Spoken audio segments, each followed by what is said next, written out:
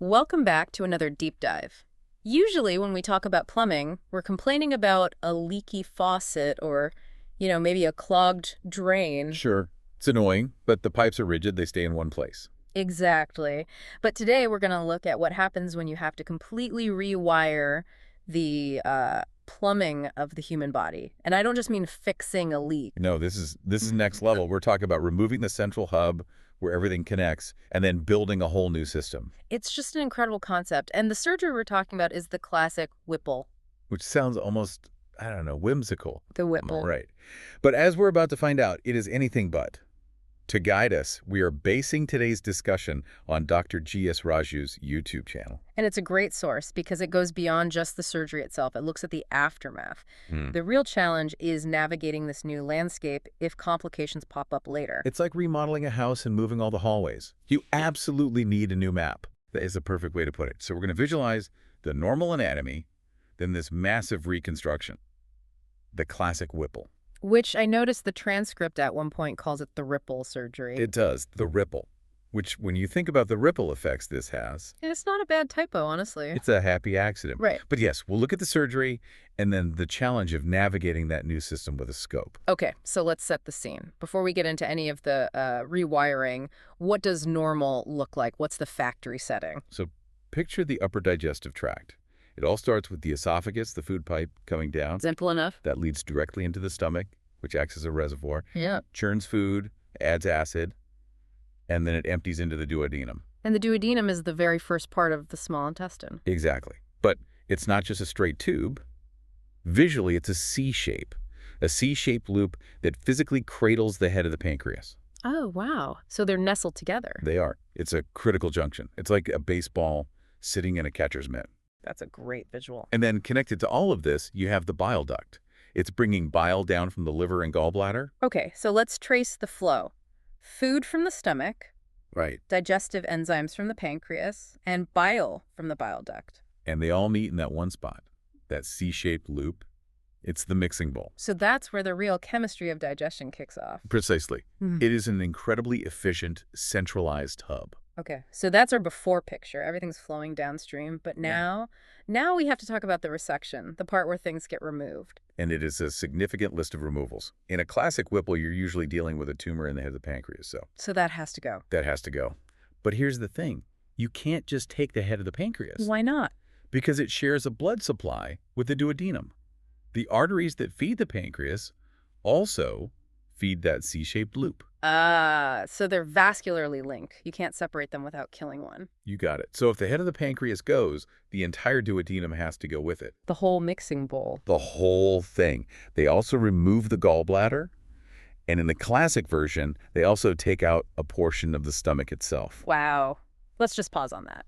We're removing the central connection point between the stomach and the intestine. The duodenum, yes. The head of the pancreas, the gallbladder, and part of the stomach. You've essentially ripped out the main junction box. That's it. And that leaves you in a very, very tricky situation. I'm picturing it now. You have a stomach with nowhere to empty. A biological dead end. You have the rest of the pancreas with nowhere to send its enzymes. Then a bile duct just hanging there. 3 open pipes and a lot of empty space. You Yeah. can't just leave it like that. No, of course not. So this is where the reconstruction begins, the real artistry of the surgery. It is. And the source uses a key term here. Anastomosis. Anastomosis. It sounds complicated. It's actually pretty mechanical. Anastomosis is just a surgical connection between two structures. It's creating a new pathway. A new doorway. Exactly. And since the duodenum is gone, the surgeon pulls up a piece of the small intestine that comes after it, the jejunum, to rebuild the whole system. So the jejunum becomes the new receiving dock for everything. It does. And they have to perform 3 specific anastomoses, 3 new connections. Okay, walk us through them. Connection number 1. First, they usually connect the pancreas. They create what's called a pancreatico-jejunostomy. Pancreatico.jejunostomy. Okay, it breaks down. Pancreatico for pancreas, jejunostomy for connecting to the jejunum. So they sew the cut end of the pancreas right into that loop of intestine. I've heard that's the toughest connection to make. The pancreas tissue is so soft. It's notoriously difficult, like sewing cream cheese to a fire hose. Yeah. But it has to be done so those enzymes can get into the gut. Okay, so the pancreas is plumbed in. What's next? Next up is the bile duct. They perform a Chalidoc jejunostomy. Chalodococyginostomy. I like that one. It's a good one. Chaladocho refers to the common bile duct. So they're sewing the bile duct into that same loop of jejunum, usually a little bit downstream from the pancreas. So now we've got enzymes and bile flowing in, but the stomach is still cut off. Right. So the third and final connection is the gastrojejunostomy. Gastro for stomach, jejunum for the intestine. That's it. They connect the stomach to the jejunum. Again, a bit further down the line. So let's visualize this after picture. Instead of that neat, clean, original flow, Yeah, that's gone. now you just have this one loop of intestine, the jejunum, and everything is plugged directly into it. In a sequence. Pancreas, then bile duct, then stomach. The flow works, digestion happens, but the anatomy is fundamentally altered. It doesn't look like the textbook anymore. And in a perfect world, that's the end of the story. The patient recovers, and that's that. For many, yes. Yeah. But the source material really zeroes in on the what if. What if years later that patient develops a problem? What kind of problem? Specifically, it talks about jaundice. Yellow skin, yellow eyes, which means there's a blockage in the bile flow. Exactly. That new connection for the bile duct, the choledochojejunectomy, it could get blocked by a stone or maybe scar tissue, and that's a medical emergency. Right. And for a normal person, doctors would just do a procedure called an ERCP to fix it? An ERCP, right. They take a scope, go down the throat, through the stomach, and find the bile duct opening. The map has changed. This is the navigator's challenge. The doctor knows the normal route by heart, but in a post-Whipple patient, that road doesn't exist anymore.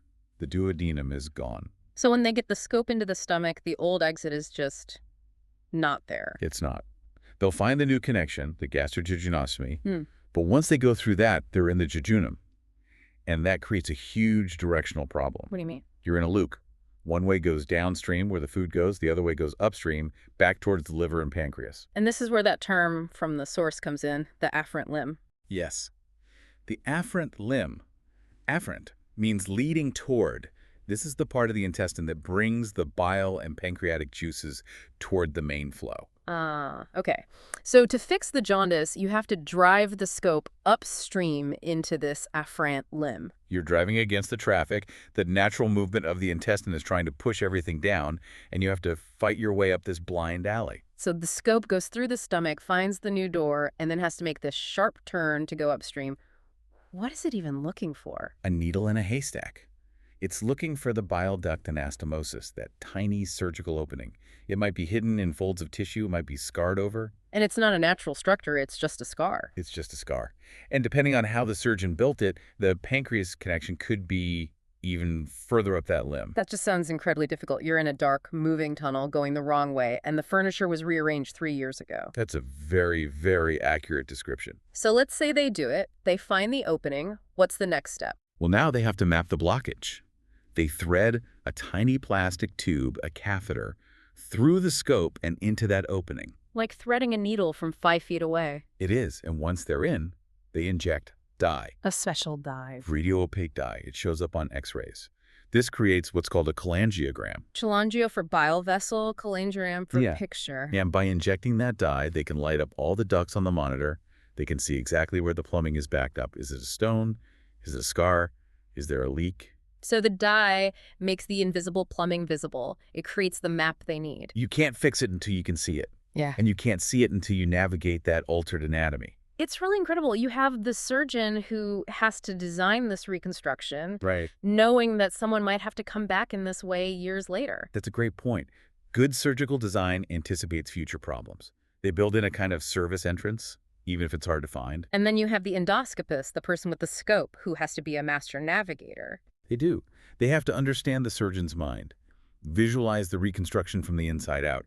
It's extremely cognitive work. And all of this is for a patient who just wants to get their jaundice fixed. It's constant, high-stakes problem solving. I have to go back to that Whipple surgery idea. It fits, doesn't it? It really does. One change ripples out and changes everything. Digestion, treatment, how doctors even have to think. Absolutely. So, to recap our journey today, we started with that perfect normal anatomy, the mixing bowl. Then we dismantled it, took out the pancreas head, the duodenum, the gallbladder, part of the stomach. Then the reconstruction, the 3 anastomoses, plugging everything back into the jejunum. Pancreaticojejunostomy, Choleojejunostomy and gastrojejunostomy. I'm definitely going to try and use those words this week. And then finally, the complication. Mhm. The need to perform an ERCP By navigating the afferent limb, driving upstream to find those hidden connections. It's just amazing how adaptable the human body is.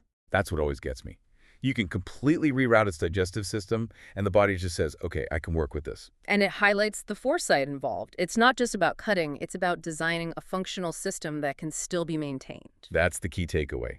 You're designing a functional future, ensuring there's still a path back in to fix things. It really makes you wonder what the future of these procedures looks like. As techniques improve, will these maps get simpler?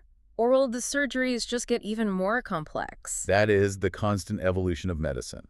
You solve one problem and create a whole new challenge to navigate. Well, that brings us to the end of this deep dive. It has been quite a journey from the esophagus to the efferent limb and back again. A complex journey, but a fascinating one. Absolutely.